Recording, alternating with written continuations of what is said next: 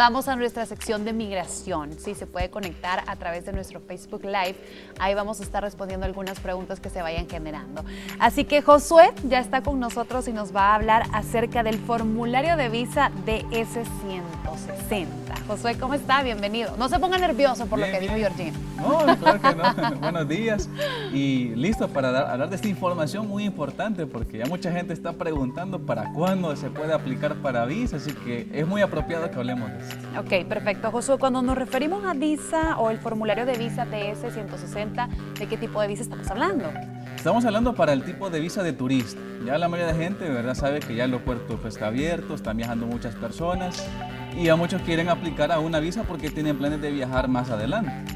Entonces, la solicitud del formulario DS-160 ayuda para que llene ciertos datos y pueda presentarlo a la embajada americana. ¿Por qué es tan importante este formulario de visa de no inmigrante?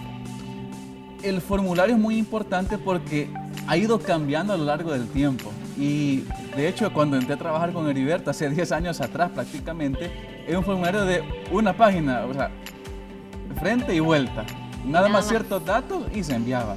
Ahora no, ahora el formulario ha cambiado mucho, prácticamente se divide en 6 partes y cuando se imprime el formulario tiene casi alrededor de 5, 6 o hasta 7 páginas dependiendo de la información que se solicite. Entonces, como ha ido cambiando a través del tiempo, cada vez se ha vuelto un poquito más difícil de llenar, más complejo, y entonces surgen más dudas al momento de llenar los campos necesarios. Entonces, por eso es importante que al momento de llenarlo se haga muy bien. ¿Qué está pasando entonces con este formulario de visas de no inmigrantes? Como ha estado cambiando, recordemos que el oficial es la primera información que observa en la aplicación de la persona. Tal vez uno dice, pero es que fui a la embajada y no me pidieron nada. Sucede, y es que a veces el cónsul no va a tener tiempo de leer todos los documentos que le llevamos, una constancia de empleo, la escritura. No, muchas veces el cónsul se centra en qué hemos llenado en la solicitud de visa. Entonces lo que está sucediendo es que el cónsul da más prioridad a este formulario y lo que llamamos con Heriberto es de que es como el currículum ante el oficial consular, es decir, casi toda nuestra vida está registrada en esas páginas de a quién vamos a ir a ver, qué familia tenemos, a qué nos dedicamos. ¿Verdad? Direcciones, información personal. Entonces, es información muy necesaria que hay que llenar bien. Imagínense las personas que lo sacaron hace 10 años, ¿verdad? Hace 10 años atrás, que están a punto de renovarlo, o hace 8 o 5 años, ahora me cuentan de que actualmente se están pidiendo en las redes sociales, o sea, tus usuarios, ¿verdad? Cuando vas a renovar o cuando vas a sacar este tipo de visa, ¿verdad?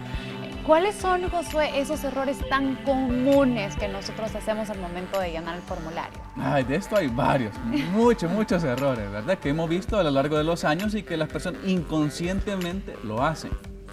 Uno que suele ser muy común es que, por ejemplo, ponen contacto para viajar, por ejemplo, ponen un hermano, ponen la información del contacto, van a ir a ver lo que es residente. Cuando lleguen más adelante en el formulario, en el Family Information, pide información de los padres y fechas de nacimiento, pero hay una pregunta. ¿Tiene usted parientes inmediatos en Estados Unidos que no sean sus padres? Y a veces involuntariamente a la gente le pone que no. Entonces, ¿qué sucede? Antes, en las páginas anteriores, había mencionado a su hermano, que es el contacto de que va a ir a ver, pero ahora está poniendo que no. Eso ya es una contradicción en la solicitud. Sí. ¿Cómo es que me dice que va a ir a ver a su hermano y el formulario me dice que no? Entonces, esos son detalles de errores que a la gente le podría costar una negación en su solicitud. Otra parte de los errores que a veces vemos es contradecirse de lo que hemos puesto a lo que vamos a decir a la embajada americana. Por ejemplo, algo muy común que se olvida es la fecha de viaje. Le ponen una fecha que van a ir a ver, por ejemplo, vacaciones agostinas, y al momento de la entrevista, como fue hace mucho tiempo que llenó la solicitud, no, que quiero viajar para fin de año. Ya hay una contradicción, no es lo mismo que lo que puse, que lo que yo le estoy hablando al oficial. Entonces, incongruencias, dejar datos en blanco puede desfavorecer en el proceso.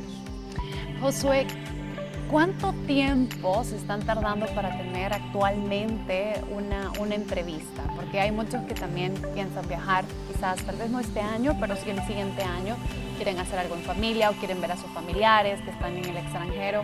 ¿Cuánto tiempo aproximadamente tiene que pasar para que logren una entrevista? Por todo el tema de la pandemia. Sí, eso es muy importante que lo aclaremos, porque ya muchos quisieran viajar en febrero, marzo, en sus vacaciones de inicio de año, pero lamentablemente ahorita los tiempos de espera están bien extensos. La embajada desde que cerró el 17 de marzo han estado sin atender procesos de visa y se han ido atrasando los cupos. Los que hemos estado programando la semana pasada estuvieron saliendo prácticamente para septiembre o octubre del 2021. Es decir, casi 10 meses a 11 meses de retraso. Claro, van a haber algunas excepciones, algunas situaciones de emergencia que sí tal vez puede ser evaluado en la embajada americana antes de esa fecha, pero son pocos casos. En general, para una aplicación de visa están las citas bien tardadas. Así que si usted quiere viajar para el próximo año, vaya haciendo este trámite con tiempo. Muchos de nuestros clientes ya están llenando los formularios y anticipándose, ¿verdad? Para que puedan, ¿verdad?, poder viajar tal vez al final del otro año. Por si tenían algo programado, ¿verdad? Para que no les vaya a agarrar la tarde o que compren los boletos y que no puedan viajar la fecha que tenían programada porque la entrevista se la van a dejar, no sé, 10 meses, imagínense, 11 meses, un año, sí, es bastante tiempo. Ahora, ¿qué sucede con las personas que se les venció la visa este año o que se les va a vencer el otro año? ¿Cómo pueden hacer en ese caso? Hay un proceso en el cual le llaman renovaciones de visa, que si califican con ciertos requisitos no es necesario esperar todo ese tiempo.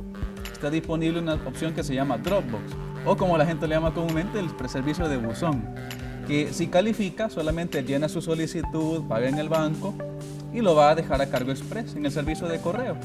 Si la embajada ve que todo está bien al revisarlo, le van a emitir la visa en ese pasaporte y a las 2 semanas, prácticamente 2 semanas y media promedio, ya tendrá su respuesta si fue aceptado el caso y con la visa nueva ya va a venir estampada, o si va a requerir que tenga que presentarse a la embajada. Pero también puede venir en ese buzón que se la han denegado. O no, simplemente es como, ¿te la aceptaron o necesitas ir a entrevista? Eso, no es que venga una negación, sino que tal vez si no calificó, le mandan el aviso de que van a requerir entrevistarle. Entonces, hace una programación de cita que posiblemente quede a largo tiempo y ya entonces tendrá que expresarse ante el oficial consular y el oficial determinará si califica con los requisitos. Son excepciones, ¿verdad? Pero hemos visto muchos casos que los han estado aceptando las renovaciones sin ningún problema. Perfecto. Estamos transmitiendo a través de nuestro Facebook Live en la página de Hola El Salvador por si usted tiene alguna consulta que quiera hacerle a Josué acerca de este tema. Ahora, Josué, ¿por qué es tan importante? Vamos a hablar siempre del formulario. Es importante que la persona que llene este formulario deba tener conocimientos del inglés. Es muy importante porque hubo una actualización hace unos años atrás de que antes lo podían enviar en español, pero luego eso se cambió. Entonces todo lo exigían en inglés. Entonces, ¿qué pasa? Si uno pone campos en español, la aplicación puede ser rechazada. O si la persona desconoce qué le están preguntando específicamente porque no domina el idioma, podría poner información no muy completa o quizás equivocarse en su respuesta.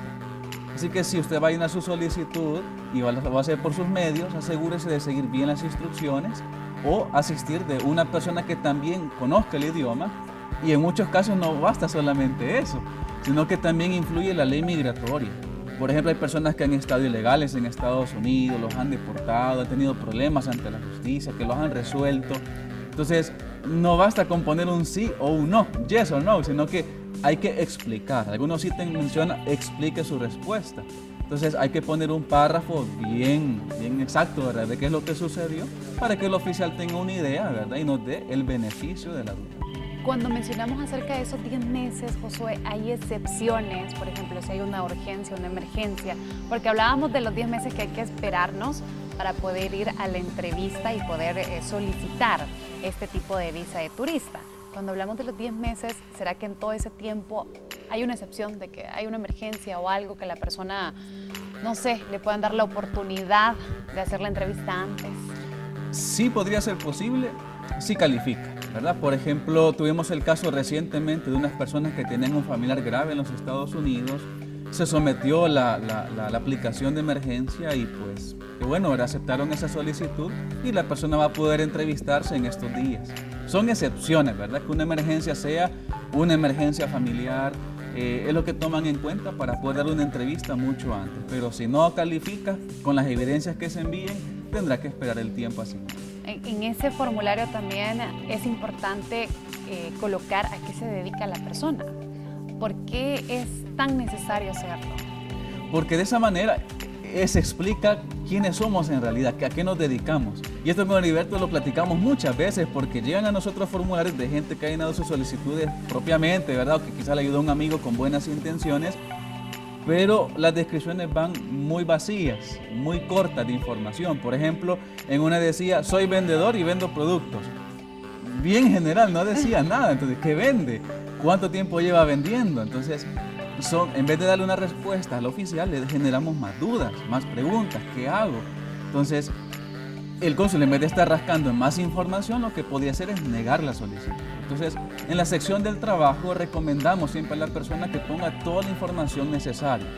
Por ejemplo, si ha estudiado, qué carrera ha sacado, si tiene 2 empleos, por ejemplo, algunos tienen empleo y negocio, cuánto tiempo llevan trabajándolo. Son información que podría beneficiar al momento de la entrevista. Información necesaria y específica. Correcto. Porque no sirve entonces ser escueto, solo poner, sí, ¿a qué se dedica? Ah, soy estudiante. No, tengo que poner estudio, llevo ya, digamos, mi 3er, 4.º año. O sea, como darle un motivo que tengo que regresar, porque eso sí lo he escuchado como un montón de veces, que las personas dicen, hay que darle una razón o un motivo al oficial que sepa que tú no estás interesado en ir a quedarte, sino que simplemente quieres ir a conocer, ya sea si quieres ir a visitar a un familiar o quieres viaje, no sé, un viaje de turista también, ir a conocer nada más, para que él sepa que solamente te vas a estar ahí cierto tiempo y luego vas a regresar. Es correcto. Y es que aquí es donde recalcamos a las personas, sigan las instrucciones. Por ejemplo, si uno viene a la sección de la parte del trabajo, ahí dice, describa brevemente a qué se dedica. Cuando le dice explique o describa brevemente, le está dando la opción a la persona que pueda explayarse un poco, dar información que el cónsul le va a ser útil al momento de la entrevista.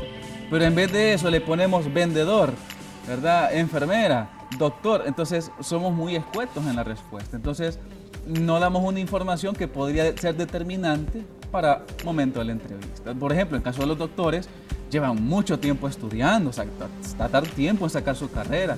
Entonces, solo mencionar doctor no es muy bueno, ¿verdad? Es mejor decir que sacó su carrera, que lleva tantos años, por ejemplo, en el ministerio o en su clínica privada. Eso ya le da cierta estabilidad y eso hace que el cónsul vea que sus intenciones son de quedarse aquí en su país, ejercer su carrera y que no va a ser un posible inmigrante. Entonces hay más opciones para poder obtenerlo. Y aquí aplica, Josué, que debemos de llevar, no sé, tal vez una solvencia económica. Hay quienes piden, no sé, yo he escuchado que piden como la constancia del salario o algún respaldo, porque hasta he escuchado de que llevan como copias del pasaporte, de su papá, de su mamá, para la persona que lo va a sacar o de algún familiar.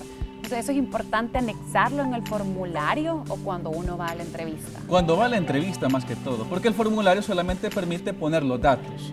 Pero esos datos, ¿cómo se van a respaldar? ¿Cómo se van a comprobar? Con la documentación que lleve la persona a la entrevista. Por ejemplo, en la sección del Travel Information dice si uno va a viajar solo o si viaja con miembros de la familia. Entonces, si pone ahí, pongo ahí mi esposa que va a viajar conmigo o mis hijos, entonces posiblemente el oficial quiera ver si estos parientes tienen visa. Sería bueno que la persona pueda llevar ya sea el original o la copia, dependiendo de la circunstancia, para que pueda evidenciárselo al cónsul, de que si esta persona viajaría con estos familiares. Puede ser que sí se lo pidan, como puede ser que no se lo pidan. Puede que no, depende. El 90% de las entrevistas hemos verificado que no piden mucha información, muchos documentos, se basan mucho en la solicitud.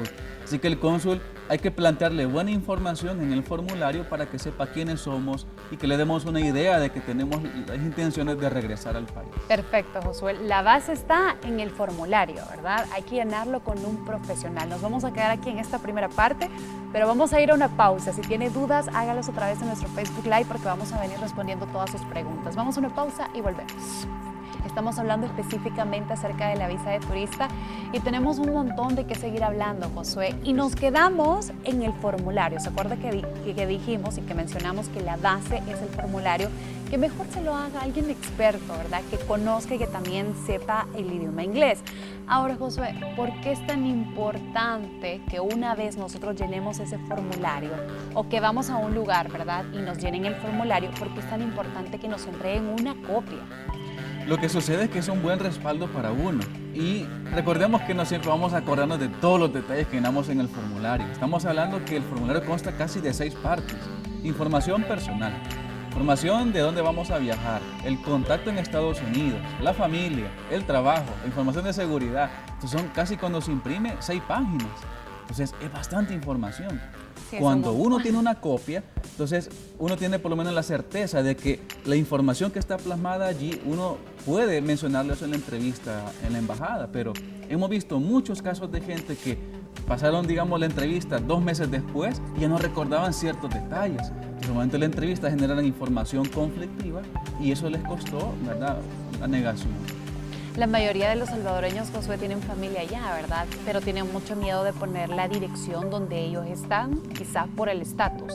¿Es recomendable siempre colocarlo? ¿No hay ningún problema o mejor se coloca otro tipo de dirección? Lo que pasa es que con la embajada siempre hay que dar toda la información necesaria, ¿verdad? Si sea familia, sea residente, sea ciudadana, tenga permiso.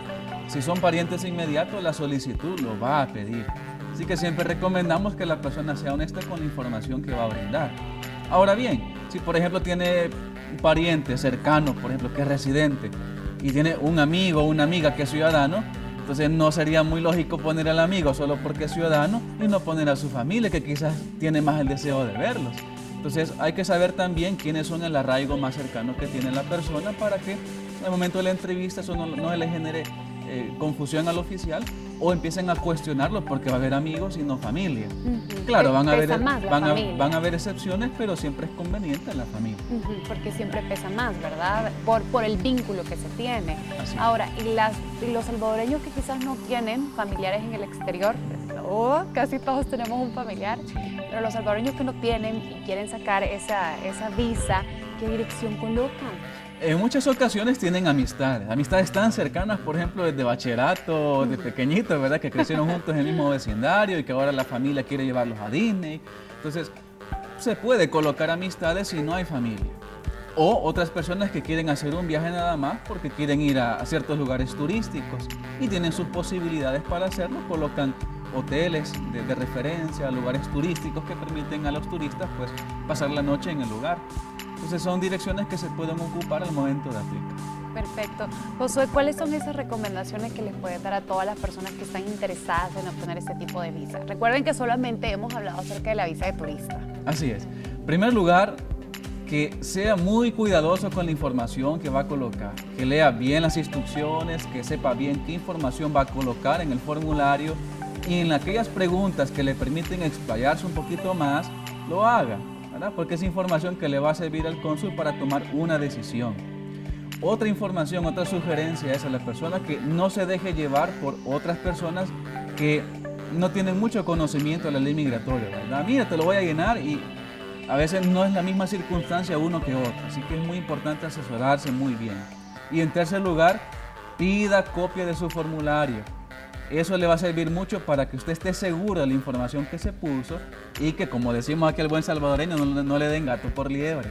Sucede que muchos solamente le llenan formularios genéricos, solo le entregan una hojita y la persona no sabe qué información le han puesto. Así que son de las recomendaciones que podemos hacerle. En oficina con gusto le podemos ayudar y le entregamos copia a todos nuestros clientes. Perfecto. Josué, aquí tenemos una pregunta que yo creo que tendríamos que ahondar un poquito más, pero dice, una consulta, tengo a mi prima que vive conmigo, el padre falleció y la mamá no tenemos paradero, ¿se le podría solicitar la visa a ella? Todo depende. Pues si falleció uno de los padres, la persona que queda viva tendría que aplicar junto con el menor, si es menor de edad todavía, y calificar con ciertos requisitos. Ahora, si no hay mucho del paradero de esa persona, entonces la persona tutora o que está a cargo del menor tendría que sacar un documento mediante la Procuraduría para hacer constar de que es el representante legal del menor y a calificar con ciertos requisitos al momento de ir a la embajada americana. Es un tema un poquito complejo, entonces sería bueno entrevistar a esa persona y ver si es conveniente aplicar o qué hacer en ese caso. Perfecto, Josué. Y ya lo último, para las personas que tienen la visa de turista, pero que está próxima a vencerse, ¿cuánto es lo recomendable hacer la renovación? ¿Es un año, 6 meses o cómo funciona? De hecho, esa pregunta es muy buena hacerla porque se encuentra en las preguntas frecuentes de la página de la embajada. Ellos dicen de que en el mismo mes, si lo desea, ya puede iniciar con su proceso de renovación o unos meses antes si considera que al momento de viajar ya va a estar vencida. Ahora, si se pasa luego del vencimiento de la visa, le dan todavía ciertos meses para poder aplicar a la renovación.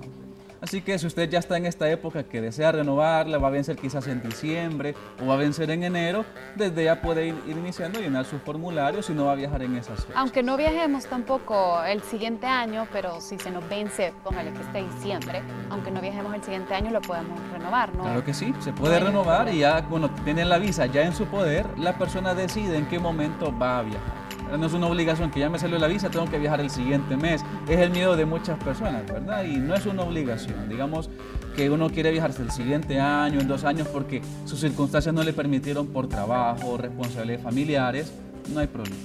Ahora, Josué, ¿cuáles serían esas últimas recomendaciones que le podemos dar a la persona para que también hagan buen uso de la visa de turista y que no se den esos casos de que al llegar allá quizás no lo dejaron entrar, que le quitaron la visa, porque tantas cosas que suceden ahora, ¿verdad? ¿Cuáles son esas recomendaciones que les podemos dar? Claro que sí. Por ejemplo, no viajar demasiado tiempo a Estados Unidos. Por ejemplo, comprar boletos demasiado largos, 3 meses, 4 meses.